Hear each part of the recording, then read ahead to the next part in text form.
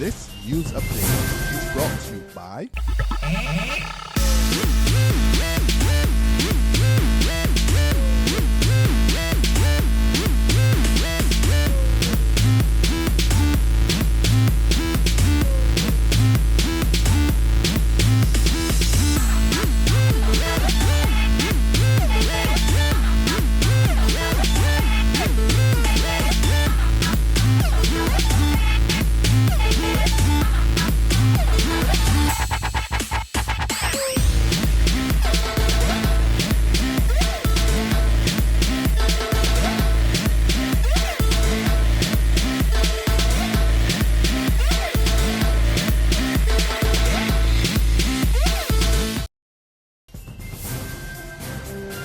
This is the 7 a.m. Barbados Today update. It's Thursday, August 14th, 2014. I'm Carol Williams.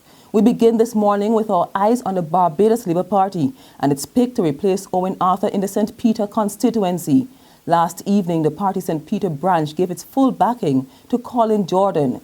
The declaration came from the branch's public relations officer, Carl Boyce, following a 2-hour meeting at the Alexandra School, which attracted over 100 constituents. We, as a branch and an executive,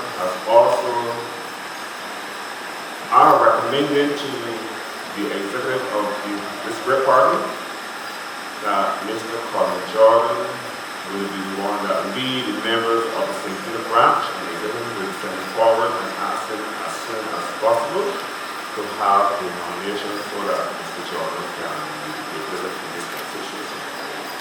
We are also asking the wider St. Peter community that we will soon be coming to their houses with Mr. Jordan as soon as that process has taken place to cement our place in St. Peter. We are fully committed to the Barbados Labour Party as well as the executive.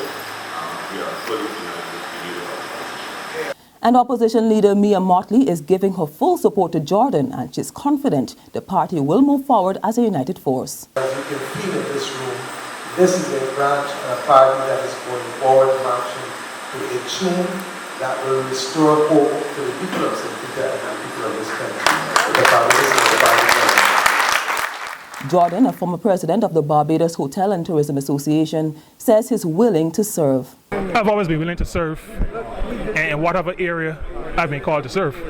And if it means serving St. Peter, which is a parish that I grew up in, that has shaped me, then I'll accept it. But we'll wait for that process to play out and the people will speak. And if I am asked to be the representative, then I will accept. Arthur resigned from the BLP late last month, saying the party had lost its way. He now sits as an independent in the House of Assembly. On to other news now. The number of young tourists coming to Barbados has fallen dramatically within the last 6 years. Figures from the Ministry of Tourism indicate the country is getting 25% less visitors in the 36 to 45 age group. However, there has been an increase in the number of visitors over the age of 55 by 26%.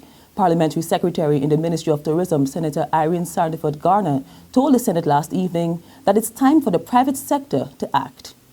When the 55 and over age group stops coming to Barbados and we're losing the younger visitors to this country, what on earth do we do with the tourism product that we have to sell? And it leads me to say that I really do believe that we need, as a country and the private sector particularly, to look at visitor attractions in this country. That is not an area that I would wish our government to get into. I do believe that there is enough capital in this country and enough entrepreneurs and enough persons with creativity who can devise, create, and market attractions for that age group. Senator Owen Arthur believes he has the answer to the problem. He says casino gambling will appeal to young tourists, and it's time for Barbados to introduce it. We want to look for that total package that will appeal for families with children, for the younger generation, the middle age, as well as the older generation. There's regional and international news after this short break. Hi, I'm Red Plastic Bag. Anyone who knows me knows I don't like cold.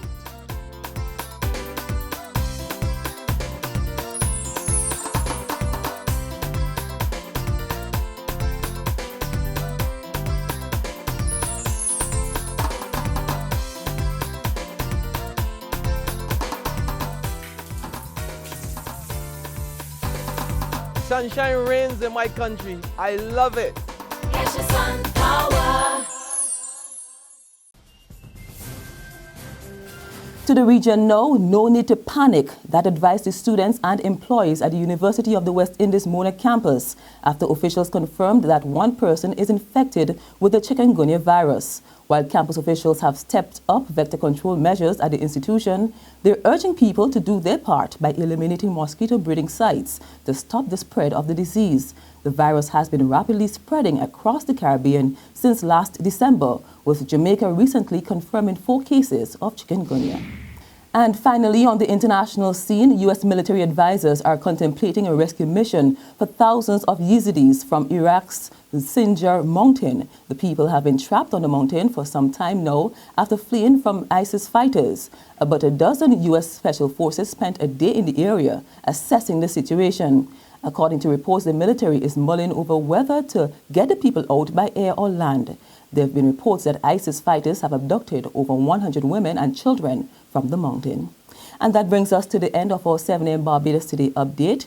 We'll be back again at noon. Until then, remember to log on to www.barbadostoday.bb, subscribe to our e-paper and email updates, or better yet, like us on our Facebook. You can also catch us on Izumi Media in bus terminals or screenplay at supermarkets and gas stations near you for the latest news and sports. I'm Carol Williams. Have a wonderful day. This news update is brought to you by